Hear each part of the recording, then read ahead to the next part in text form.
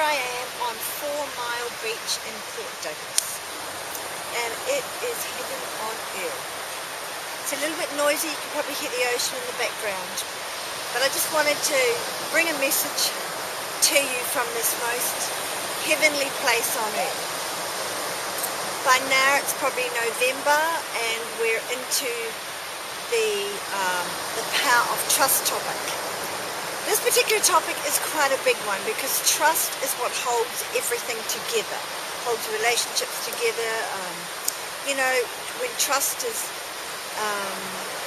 fully present in any relationship or circumstance, then full potential of that circumstance can be fully realized.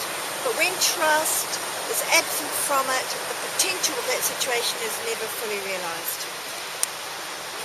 Trust, it's a huge one, but you know, just let it gently come to your understanding that trust takes time to build. This is one of the things that I've learned. Trust is not present immediately in anything. It takes time to build. It takes really good, clear communication. When you are wanting to build a relationship based on trust, you have to clearly communicate to each other what it is that you are expecting.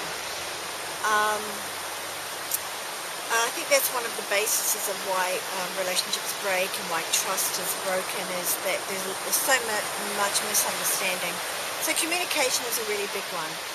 But girls, I really encourage you to take time to build a strong trust base in the relationships that you have. Well, especially the ones that you want to build long term.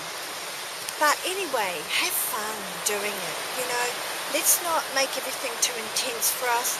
Just enjoy and be gentle with yourself as you're learning and growing and understanding. Bless you heaps and talk to you next time. Actually, girls, I just want to add a little bit more to the topic of trust. And I want to read a little bit out of the book that I feel is actually quite important. The trust needs to be established and continually built upon, because trust moves regularly depending on the situations and circumstances and people. So trust in any relationship needs to be regularly evaluated, and you may have to do a little bit more work on something or someone to keep the trust firmly established in that situation. Because it does change, and people are people, and stuff happens, and people think things, and you know, people say things. So I guess the thing I'm saying is that it needs to be continually worked on and continually built upon. The other thing is, I've found that the more honest that I am about my expectation in situations, the more trustworthy the situation usually is. And also too, I will not allow anyone I do not trust close to me.